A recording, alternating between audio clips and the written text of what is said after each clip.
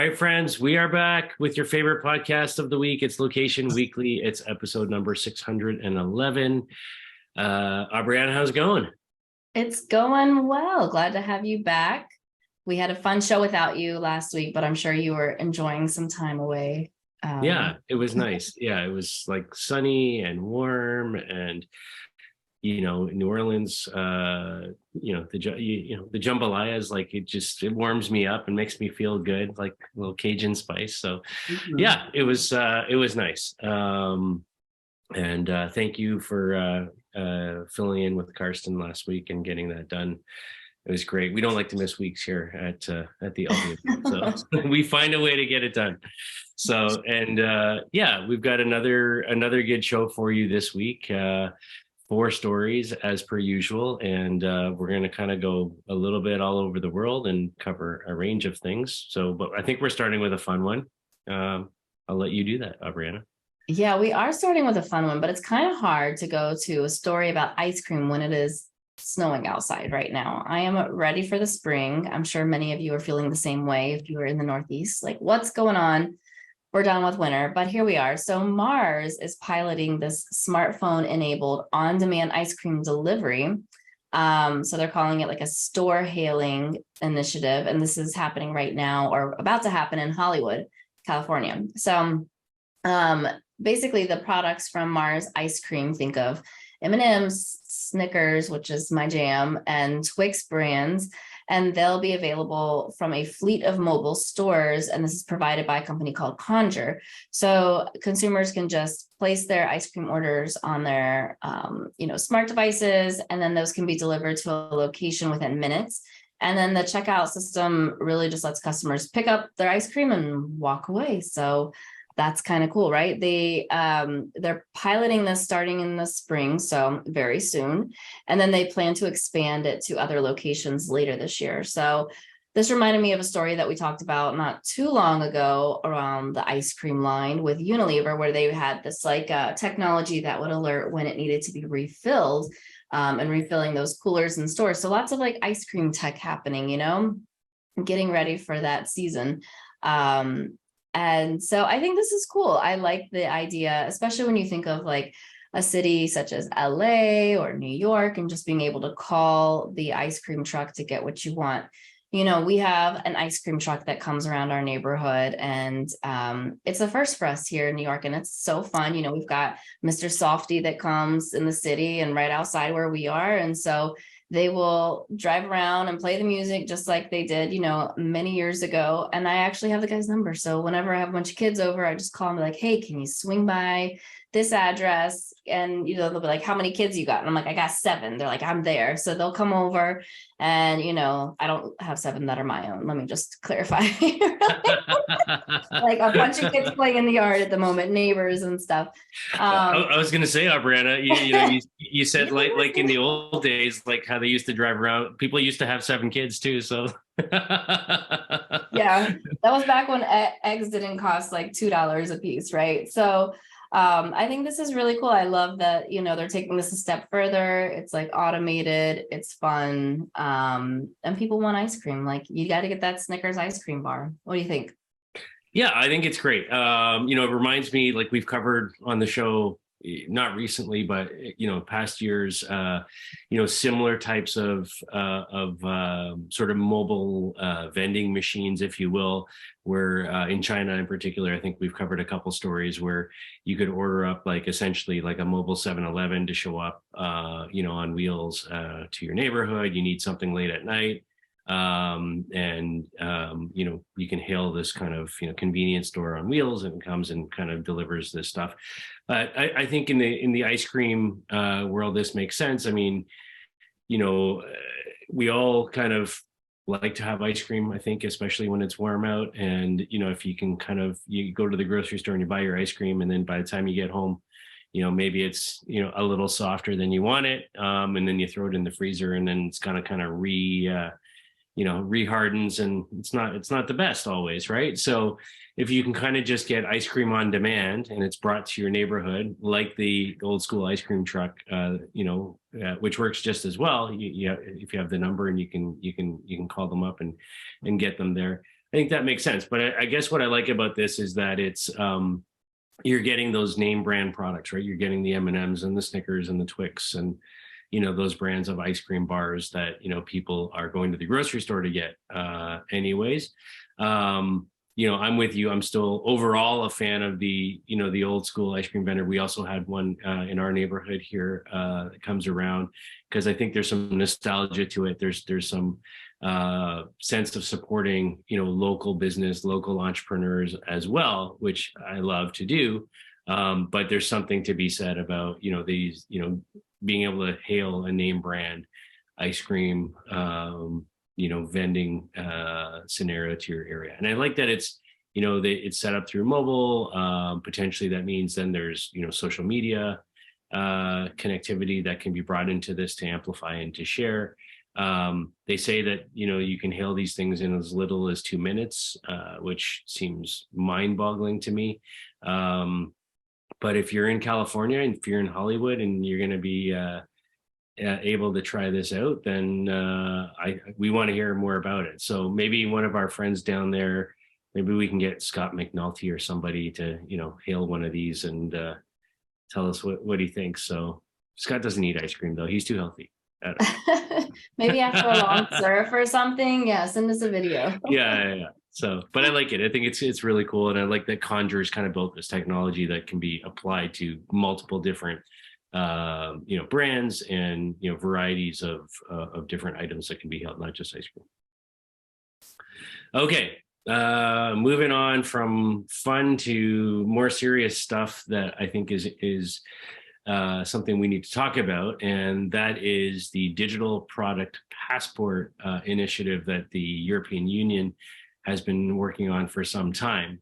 And this is a concept that they say hopefully will get approved later this year into law and will be required by 2030 for retailers in Europe. And specifically what we're talking about here is that a requirement that all products will have to have information available through the product itself, embedded in the product itself on its origin, its composition, where it was, manufactured, how it was manufactured, all these kinds of things in terms of data about sort of the traceability and the supply chain and kind of the origins of the product itself.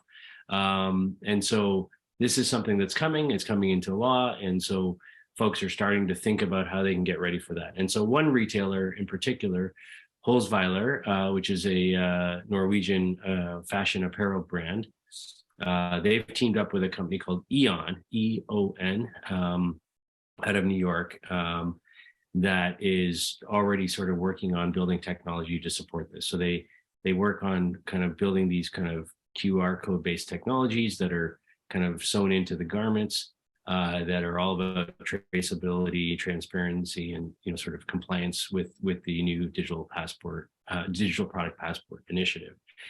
So the way it works is there's a QR code, you scan this, and then kind of we've been talking about with Web3 and metaverse technology, there's essentially a digital twin of that product in sort of in a metaverse type of sense. And then through that digital twin, that sort of opens up the voice of the product, and kind of you're able to understand, the life cycle of this product, even where it is post-purchase, and then that can also lead to one of the things that they're going for here is not just understanding where it came from, but where it may go back in terms of sustainability and recycling that product into something else, for resale or those types of things as well. So I think this is really interesting. I find it fascinating that, we have laws that are being developed right now in Europe around this. I assume we will have similar here in North America, not far behind. But I think this is something really interesting, and I'm glad to see that there's technology companies out there getting ready to support, facilitating this, and brands like Holzweiler that are jumping on top of this and taking advantage of it. Yeah, I mean, I think there's aspects of this that I like. So I like the idea of being able to maybe trace and verify the identity of something that one takes a claim that it is maybe made in a more sustainable way or in a green way. And I think that like verifying that veracity is great. Also, when you think of luxury goods, being able to just verify that it is legit and it's not a knockoff, I think is really important as well. Where I think this law falls short is that there's a lot of upcycling. There's a lot of like taking pieces from different things in different ways that people might do from like a mom and pop shop, or think of like, the flea market or whatever, where you have people that are kind of taking and reusing and recycling things. And I think that makes it really complicated to enforce, and also to be able to sell things at an economical price. Now, from a technology standpoint, I think this is really interesting. I like that they are thinking about this ahead of the time that this law goes into action. And I would assume that as we see this further develop, there's going to be easy ways to onboard this for, like more one-off fashion designers that are kind of making bespoke items that needs to be able to do this at a bigger scale. But again, that puts like a cost and I think a further burden on those that are trying to get started. So tech aside, like not exactly a fan, but in terms of, being able to actually trace and confirm sustainability and veracity, I like it.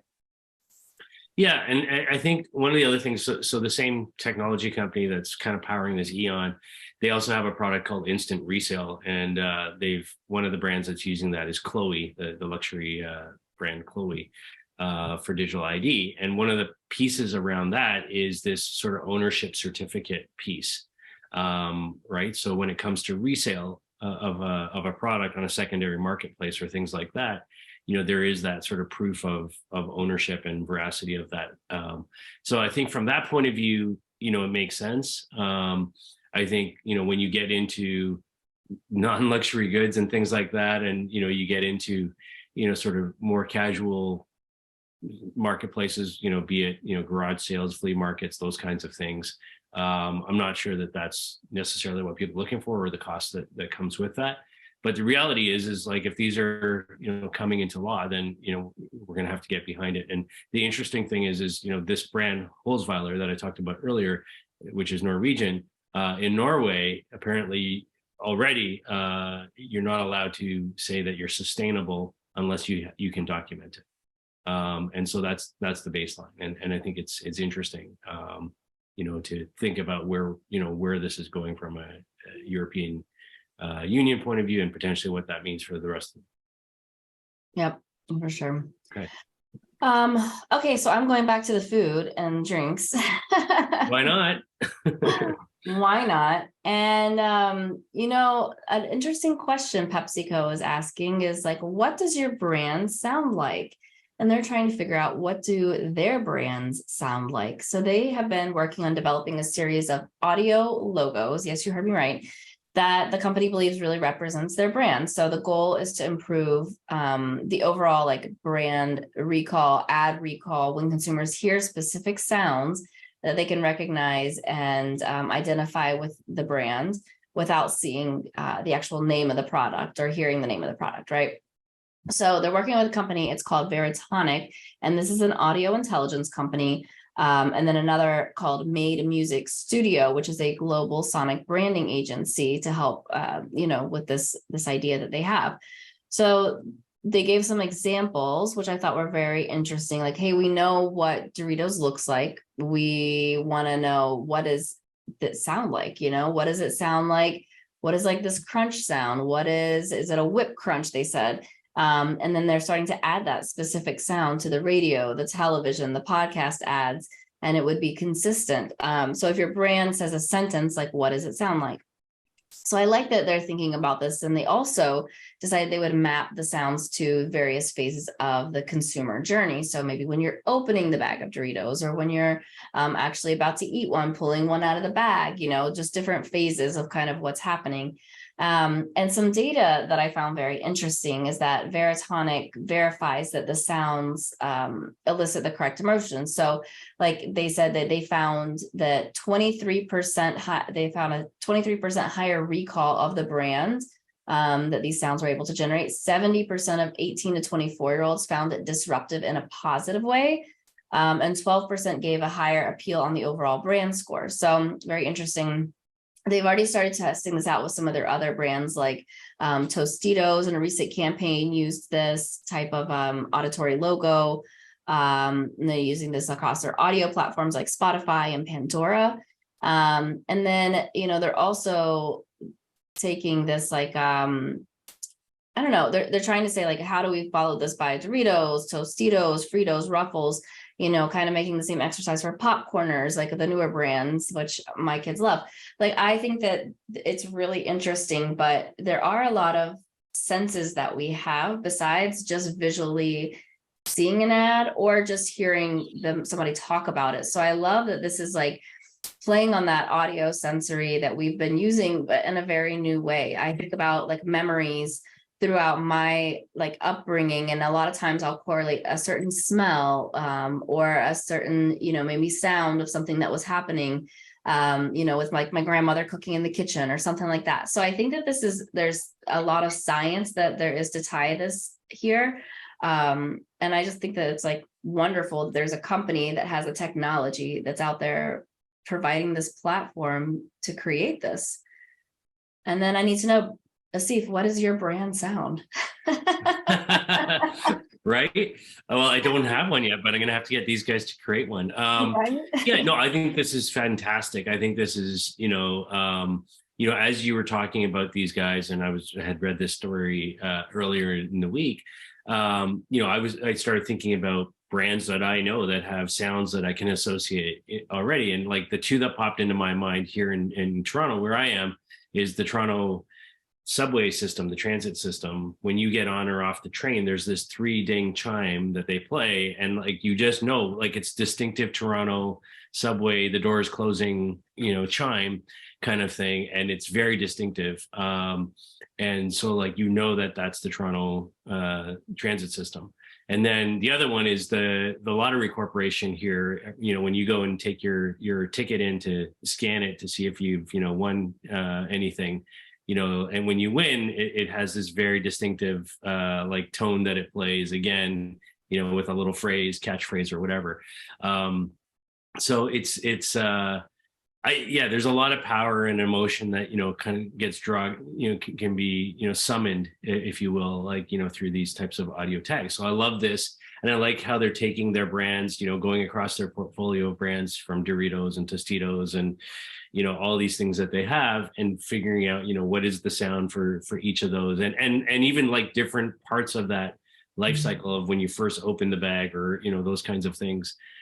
Tying into specific actions, I think is really interesting. So yeah, super excited about this. This is like the kind of thing I would love to have these guys or case study here with Pepsi and Veritonic, at our Retail Local event coming up in June at Mall of America. I think this would be fantastic sort of topic and new technology to kind of showcase at that event. So guys will be hearing from me soon to see if we can get you out there. But it's phenomenal stuff. I'm really excited about it. I think it has a lot of potential.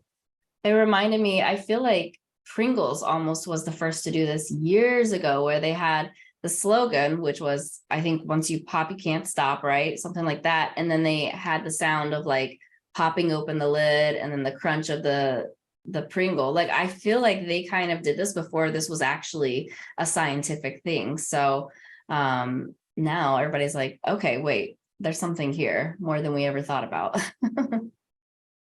Right. Yeah. Okay. Well, I like I said, I think I don't remember a specific Pringle sound. Like, I think there's that pop or whatever, but yeah. Makes sense, right? We all have those associations that we can think about. So, or our grandmother's cooking. Okay, final story.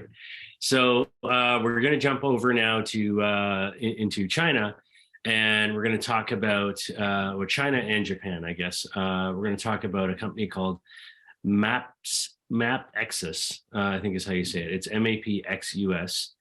And these guys are company over in the APAC region, and they've recently secured some big investment from Kawasaki Heavy Industries and out of Japan, and now they've announced a joint venture with a company called Noise Chain, and Noise is spelled Noiz or Z depending on where you are, which is part of a Hong Kong company called Meridica Financial Group. And anyways, all this to say is these two companies have teamed up to co-create something called Honio, Honio, which they're describing as the world's first indoor location-based gamified metaverse. That's a long phrase, but I like what they're doing.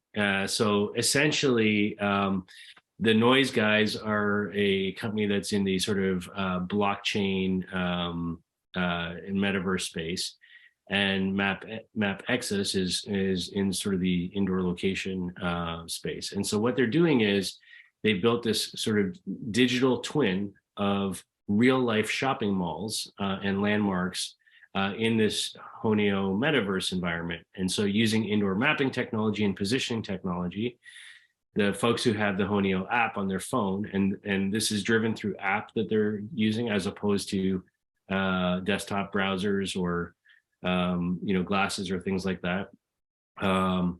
As app users are kind of walking around this environment, they're rewarded with free art elements, which they call drops.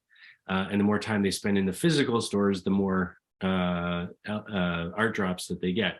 And these art elements can then be converted into NFTs, hence the Noise piece of this and the blockchain piece of this. So it's kind of interesting because it's truly bridging physical real world shopping mall environments with a digital twin in the metaverse. And then as you interact with the stores and the elements in the metaverse, you're earning rewards and things that can then be converted into NFTs, or in fact rewards for shopping in the physical stores. So you're bridging both of these, and the more time you spend in that, essentially, through this platform, they're driving traffic to the physical store environments, enhancing marketing analytics as well, and they can report across kind of both activity in both environments.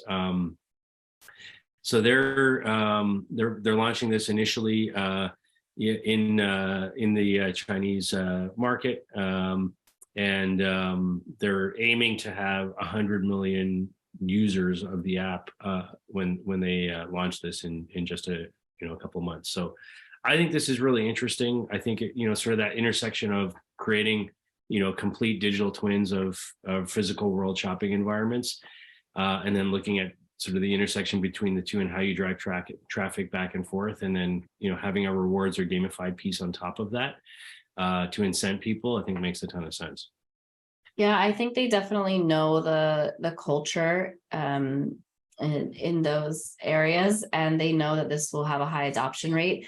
We think of like how Niantic did this with Pokemon Go, and now this is like another incentive-based loyalty program to be somewhere in the real world. And they have large goals. They want to be able to cover, it says, I think around like 2,000 landmarks by the end of this year, and 5,000 buildings in 2024. So I think that there's like a lot of opportunity to do this. It will be interesting to see how this is reacted to by other cultures and like, outside of Asia, if this is something that would pick up as well. I think that like our consumer behavior is slightly different sometimes, but I do think that we saw what happened with Pokemon Go. And so I think there's an opportunity to do that here once again, once they kind of test this out in those environments. So exciting stuff. Yeah, and I think the interesting thing for me is they're trying this, and they're I think it is innovative, and they're looking at new ways to leverage this Web3 technology, and at the same time still drive traffic to the physical environment. It's not an either or, it's a how do we blend these things together, and I like that. So I expect if we see success out of this type of an initiative, then you'll see the Westfields of the world, the Simons of the world, who own physical mall properties, make investments in these kinds of spaces and technologies, and perhaps create their own versions of this as well. So I think there's a lot of potential here. I like it. Yeah, absolutely. All right. Well, that's our show for this week. A wide array of things there. And we thank you for listening and watching. And we'll be back next week with another episode of Location Weekly. Thank you, everybody. Have a great week. Bye. Bye.